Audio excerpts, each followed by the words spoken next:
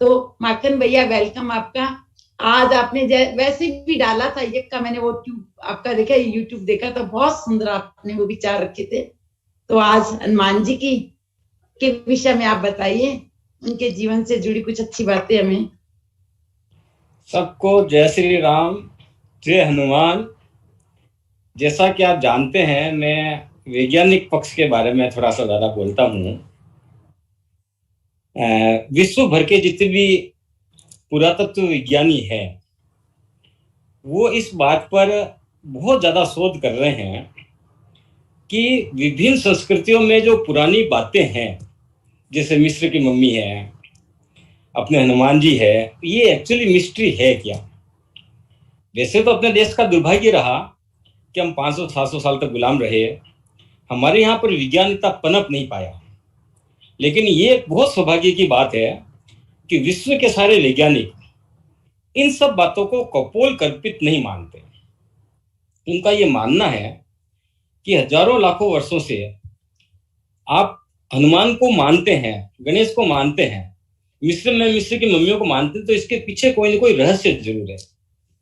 जब उन्होंने राम सेतु खोजा तो उससे पहले तक तो ऐसा ही लगता था कि ये कहानी है, लेकिन नासा ने जब खोज लिया तो उनको लगा कि कहानी नहीं, ये सत्यता है। तो जैसे राम सेतु सत्यता है, वैसे ही हनुमान सत्यता है। अब हनुमान की मिस्ट्री के बारे में अपन सब जानते हैं, राम जी 14 वर्ष तक वनवास में रहे, तो उन्होंने बहुत सारे लोगों का संगठन किया, वनवासी क्षेत्र में रहने वाले लोगों का। उनके सेना में आदिवासी थे, भील थे, वानर थे, भालू थे, गिद्ध थे, ये सभी शामिल थे। तो अभी तक हमने श्रद्धा के कारण हमने माना कि वो शायद पशु रूप में जो भालू था, पशु रूप में जो बंदर थे, वो शामिल थे। ऐसा नहीं है। आज के विज्ञान ने ये सिद्ध किया है कि मानव जाति की तरह ही मानव जैसे गुण वाला ये सब पशु भी थे। जैसे अपना डायनासोर के बारे में ज्ञात हुआ, तो पहले तो लगता ही नहीं था कि इस तरह का कोई जानवर हुआ होगा, लेकिन अवशेषों से ज्ञात हुआ तो लगा कि इस तरह का जानवर था। तो लाखों वर्षों के सांस्कृतिक मतलब मानव सभ्यता का जो विकास हुआ, उसमें कई सारी जातियां विलुप्त हो गई, कई तरह की नई जातियां बनी। अब अभी तक की जो खोज हुई है उसके अनुसार एक ओरांग आदिवासी के संबंधित लोग हैं, वो कुरुक भाषा में टिग्गा शब्द एक यूज आता है। टिग्गा का मतलब होता है वानर। ऐसे ही एक कंवर आदिवासियों का में हनुमान गोत्र होती है, और गिद्ध भी एक गोत्र होती है।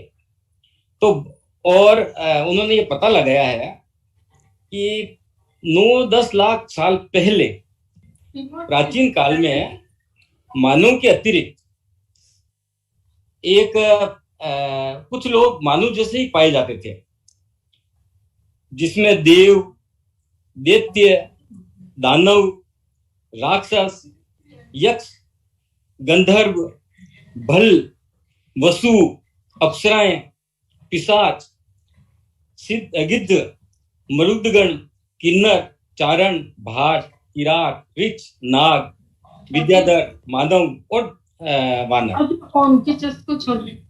ये सभी लोग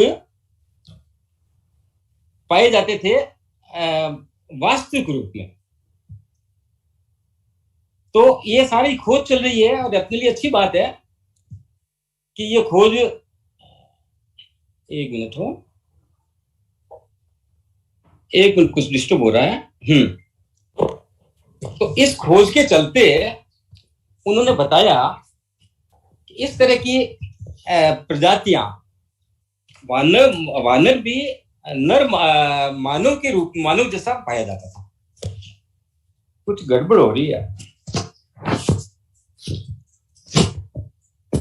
अब सही आ रहा पिक्चर मेरा? आपकी आवाज तो क्लियर है, आपकी आवाज क्लियर है, आपकी पिक्चर घूम रही है। हाँ, एक मिनट। अब ना ओके ठीक है ना। अब वानर का शाब्दिक अर्थ होता है वन में रहने वाला नर, लेकिन जिसकी वो मानव को होता है, लेकिन शारीरिक रचना मानव जैसी होती है। तो शोधकर्ताओं ने पता लगाया कि 9 लाख वर्ष पूर्व वानर मानव, ये थोड़ा सा ध्यान से समझना, वानर जाति के मानव पृथ्वी पर पाए जाते थे। उनके पूंछ होती थी, उनका मुख और पूंछ बंदर जैसा होता था। लेकिन 15-20 हजार वर्ष पूर्व ये जाति विलुप्त हो गई, जैसे डायनासोर विलुप्त हो गया। अब वो जो वानर पाया जाता था वो मनुष्य से ज्यादा बुद्धिमान और शक्तिशाली हुआ करता था। अभी भी बाली द्वीप में आदिवासी क्षेत्र में कुछ मनुष्य ऐसे हैं जिनके सिर्फ 6 इंच की पूंछ होती है, लेकिन हिंदुस्तान से वो प्रजाति विलुप्त हो गई। अब हमारे रामायण में हनुमान जी को हनुमान जी, सुग्रीव, अंगद आदि के नाम के साथ वानर, कपि, साक्र मग, प्लवगम आदि विशेषणों से अपने उसको माना है, जो ये सिद्ध करता है कि वो मानव रूप में ही वानर जाति के लोग थे।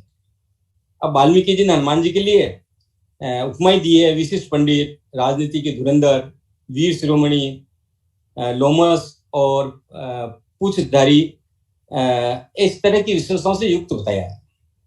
भारत के अंदर जो वानर मानव थे उनके साम्राज्य की राजधानी किष्किंधा थी। सुग्रीव और बाली इस साम्राज्य के राजा थे। यहाँ पर पंपा सरोवर नाम का एक स्थान है जो वर्तमान में होसपेट, हम्पी, कर्नाटका में स्थित है। हम्पी के निकट बसे हुए ग्राम अनेगुंदी को रामायण कालीन किष्किंधा माना जाता है। आप सभी दक्षिण में रहते हैं, गए होंगे वहां पर।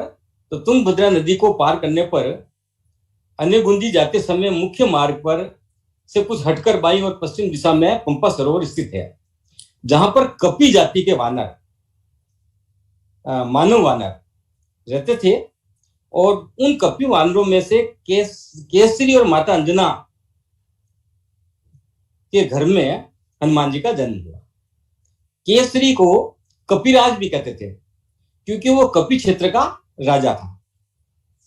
अब विश्व भर में जितनी भी आदिम दौर में पाई जाने वाली प्रजातियां हैं, विभिन्न मानव के रूप में रहने वाली प्रजातियां हैं, उनको आज के पुरातत्ववादियों ने उनके जो अवशेष मिले हैं, आपने देखा हो तो कभी अजीब तरह के अवशेष मिलते हैं और विज्ञान उन पर शोध करता है, तो उन्होंने उनके नाम दिए उनके अपने हिसाब से। तो यूरोप के, एशिया के अंदर जो अवशेष मिले उनको डेनिसोयांस कहते हैं। यूरोप में जो अवशेष मिले हैं उनको उन्होंने एंडरसन नाम दिया है। इंडोनेशिया में जो अवशेष मिले उसको हबिट बोला है। और भारत के अवशेषों को उन्होंने डेनिसोवास बोला है। ये जो डेनिसोवास है उसके जो डीएनए से पता किया है तो उन्होंने सिद्ध किया है कि वो एक मानव जाति के लोग थे। मन में ना कण भर भी अभिमान, अरे कौन है अभी? जिसके पल्लवी वीडियो आपकी आवाज आ रही है। हाँ, मेरी आवाज आ रही है। अब चाइना के अंदर 1976 में 1976 में एक सुजियाओ की गुफा में एक बॉडी मिली और उस बॉडी का जब उन्होंने वैज्ञानिक आधार निकाला और डीएनए की जांच की तो भी पाया कि वो जो बॉडी है वो 50,000 वर्ष पुरानी, लेकिन वो किसी न किसी वानर मानव के डीएनए की बॉडी है। उसके गुण मानव और बंदर दोनों से मिलते हैं।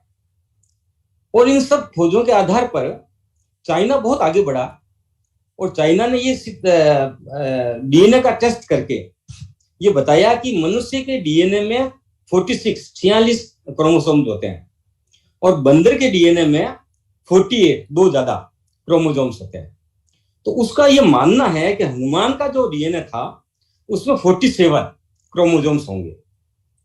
वो इस पर बहुत ज्यादा अध्ययन कर रहा है और वो इस बात को कोशिश भी कर रहा है कि हम इस प्रकार का एक मानव बनाए हैं जिसका 47 क्रोमोसोम्स हो।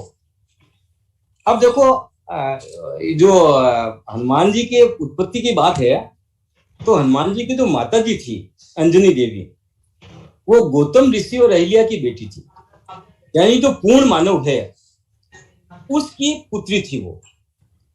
और कपिराज जो थे वो कपि वानर जाति के थे, यानी अलग प्रजाति थी। तो कपि जाति और मानव जाति के सहयोग से हनुमान जी का जन्म हुआ। अब एक बीच में नाम आता पवन का, वो पवन पुत्र भी कहलाए। तो ये बुद्धि अभी तक वैज्ञानिकों ने सुलझा ही नहीं है कि किस प्रकार से पवन देव, कपिदेव और अंजनी, इन तीनों के सहयोग से 47 क्रोमोजोम वाले डीएनए का बालक पैदा हुआ। और अगर वो सिद्ध, मतलब वो अगर सफल हो जाते हैं तो आने वाले समय में वो ऐसी प्रजाति पैदा करना चाहेंगे जिसका डीएनए 46 होगा तो मानव होगा, 48 होगा तो बंदर होगा, और 47 होगा तो वो महामानव होगा, बहुत शक्तिशाली, बुद्धिमान, हनुमान जैसा होगा। फिर 47 क्रोमोजोम वाले व्यक्ति, मैं व्यक्ति बोलूंगा, वो मानव और बंदर के बीच की चीज है, उनसे दोनों से बढ़कर है मतलब। तो वो जो जिसमें 47 क्रोमोजीन्स होते हैं उसकी आयु बहुत ज्यादा होती है। अपन भी भगवान हनुमान को अमर मानते हैं।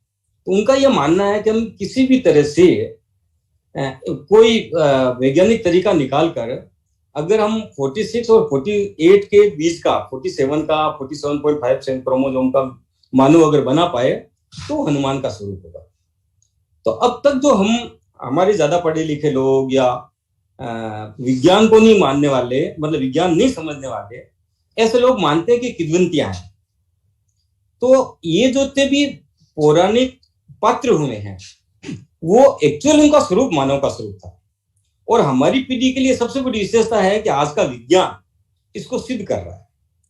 और हो सकता है कि 20-25 साल में, 50 साल में वो प्रमाणित रूप से सिद्ध कर दे कि हनुमान जी वानर नहीं थे, मानव भी नहीं थे, महामानव थे। मानव और बंदर का क्रोमोसोम्स के बीच की चीज, अब वो जो पवन पुत्र की बात जो आती है वो अभी तक उनके लिए एक पहेली बनी हुई है। वो उसको भी सुलझा रहे हैं कि किस तरह से 3 लोगों का सहयोग होकर एक बालक की उत्पत्ति हुई। मैं सोचता हूँ आज इतना बहुत है, थोड़ा सा क्लिष्ट विषय था, लेकिन आप लोग इसको सर्च करेंगे, गूगल पर पढ़ेंगे तो आपको बहुत आसानी से मिल जाएगा कि हनुमान की जो हनुमान का जो स्वरूप था, हनुमान की जो वास्तविकता थी, उसके बारे में विज्ञान बहुत, मतलब भारत के तो वैज्ञानिक नहीं कर रहे हैं, लेकिन विश्व के पुरातत्ववेदी जो वैज्ञानिक है वो इसके बारे में बहुत रिसर्च कर। नमस्कार, धन्यवाद। बहुत सुंदर भैया, आप ही हमारे लिए तो प्रेरणा, ये जीवन में प्रेरणा देते रहते, अच्छी अच्छी बातें बता के। इन सब बातों का आइडिया ही नहीं रहता हम लोग को। आप पढ़ते हो इतना विज्ञान और ये सब बातों का, तो आपसे सुनते हैं ना, फिर कुछ आप बहुत इजी वे में बताते हो, बहुत इजी वे में, तो बहुत